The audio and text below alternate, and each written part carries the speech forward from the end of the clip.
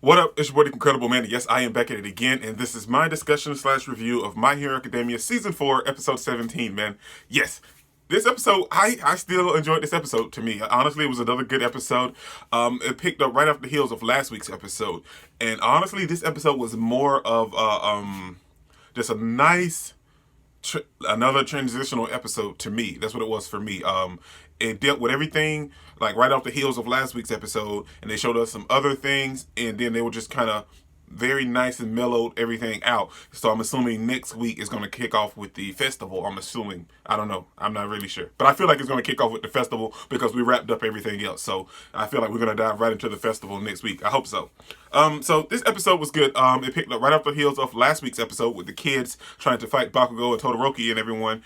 And I knew it wasn't going to be a full-blown fight because we know that Todoroki and Bakugo have fought villains for real with the League of Villains, and like they're battle hardened. They're ready. Okay, so we knew it wasn't going to be a full blown fight, and I feel like the guys from Shiketsu, they haven't been any full blown fights with villains, but I feel like they can hold their own, and like they use their quirks enough to know what they can and can't do. And that's what I'm saying. Like these guys, they're teenagers, so they know how to use their quirk. They've developed their quirks. They know they've had their quirks for a while now. So them fighting these kids wasn't going to happen. I knew that from the jump, but it was nice the way that it resolved itself. We got to see all of these kids launch their quirks, which was cool. Some of them had some very nice quirks and cool quirks, and I could definitely see them being heroes later on when they're older. But it was nice to see them launch their quirks, and it's always nice to see like the expansive world of My Hero Academia because there's so much to dive into in My Hero Academia, and we got to see again some of that this episode with the little kids. And I knew it wasn't going to be a fight, so they took all of their attacks that they launched at them and made like a super duper big slide using all of their powers. It was nice. It was a very, very nice conclusion, and I knew it wasn't going to be anything major.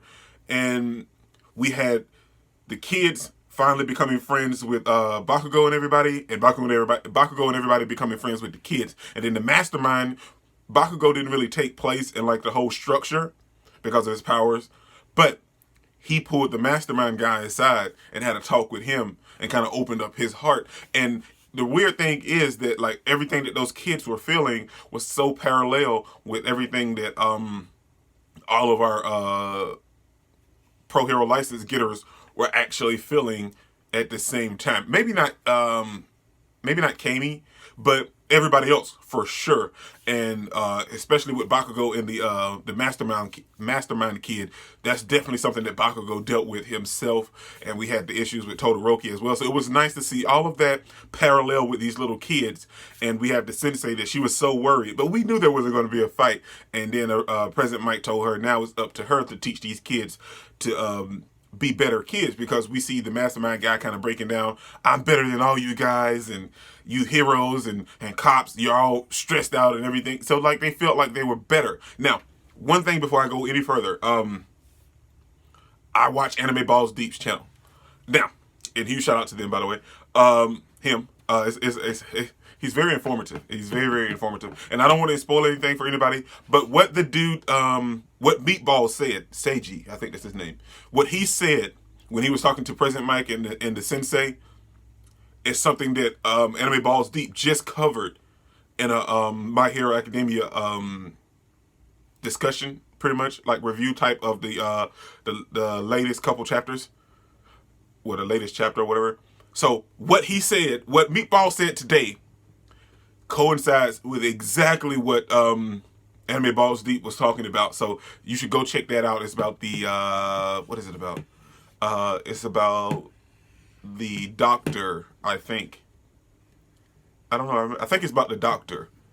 And then about something, anyway, about the whole quirk singularity problem or whatever. And I just watched this video yesterday, and it's weird watching this video yesterday and then seeing this take place in the anime episode today. So it's very, go watch this video. I can't remember. I don't remember.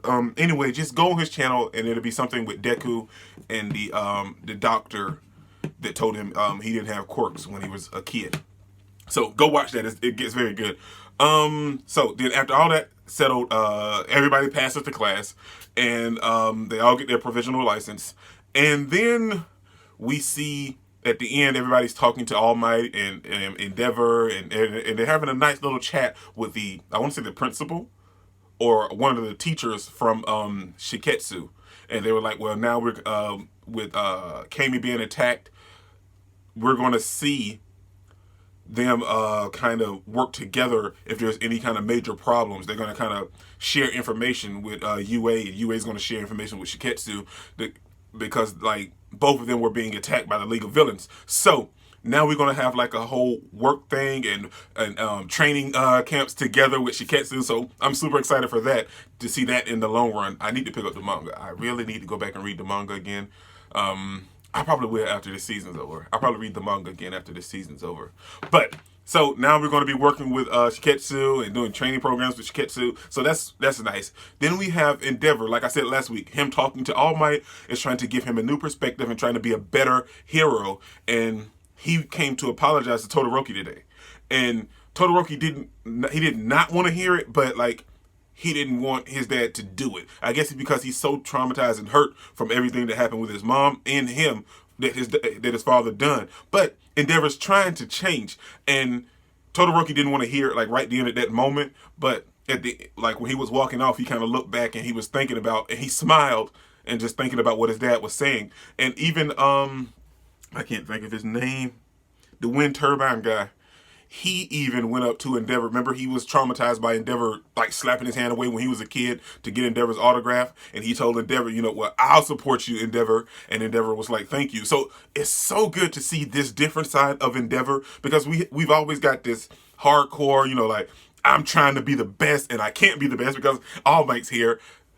So I got to settle for second place. But now he is the top hero, and he doesn't want to do things the same way he's done them in the past. He wants to be a better hero, to set a better example so he can follow in All Might's footsteps. And thinking back, you think that, you know, like he wanted to just overshadow All Might, but he had such respect for All Might that he wants to do nothing but follow in his footsteps. But All Might, like last week, like I said last week, All Might told him that, you know, don't follow in my footsteps. I had to sacrifice so much to become what I became. So set your own path, and I can't wait to see that path that Endeavor follows to be a better person and a better hero.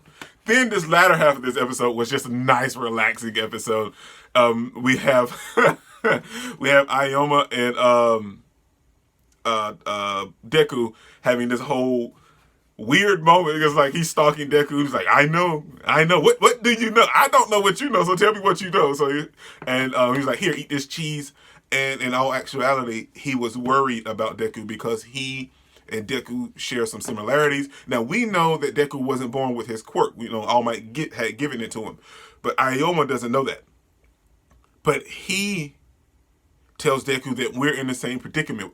Both of our quirks, you know, aren't really suited for our bodies. You know, because he uses his naval laser, but he has to keep the belt on, because if not, his lasers start to like just pop out of his navel on its own. Not a lot, just a little bit, just seeps out a little bit, seeps out. And it was so nice, because, you know, AOYAMA is, like they said in the anyway, he's pretty much by himself. He doesn't really interact with anybody, but it was so nice to see him and Deku have that whole friendship building moment this episode, and I really enjoyed that. And you guys don't think I glossed over it. I just didn't want to touch on it because it was so heartbreaking, man. We went to Sir Night Eye's funeral, and everybody was there, and we saw Fat, and we saw Centipeder and Bubble Girl, and Centipeder's taking over the Night Eye agency, and they were like, well, he's just waiting on Mirio to come back. So I feel like Mirio's going to get his powers back. I feel like it's going to be a long time, and it's going to be a while, but I feel like his quirk is going to eventually come back. I hope so. But that's pretty much everything that happened, and then we get to see Deku still just so worried about everything. I guess because, you know, he's been involved in such serious situations ever since he became a hero. And but it's nice to see him and AOYAMA build a different friendship than what he has from everyone else, because they can relate. And what else happened? Then we see everybody talking about building up team ups after they graduate high school and becoming heroes. Like, yeah, I want to team up with you guys, and Ochako-chan, we can team up and we can call ourselves Acid Rain. It was nice to see like to have some fun in this episode as well, because we dealt with a lot of certain things. So to round this episode out, that's exactly what happened. And then we see Ayoma and Deku becoming friends, and I think that was a best overall part of this story in this episode. But that's all that really happened. Like I said, it wasn't much of an episode, but it just gave us a lot of nice things throughout the episode, man. This is your boy Dick Incredible. Don't forget to smash the like button until you can't smash it anymore. Comment down below and I'll be sure to respond to each and every one of them, and subscribe, but only if you really want to, man. And remember that anime matters, anime is greatness, and anime is life, man. Peace out.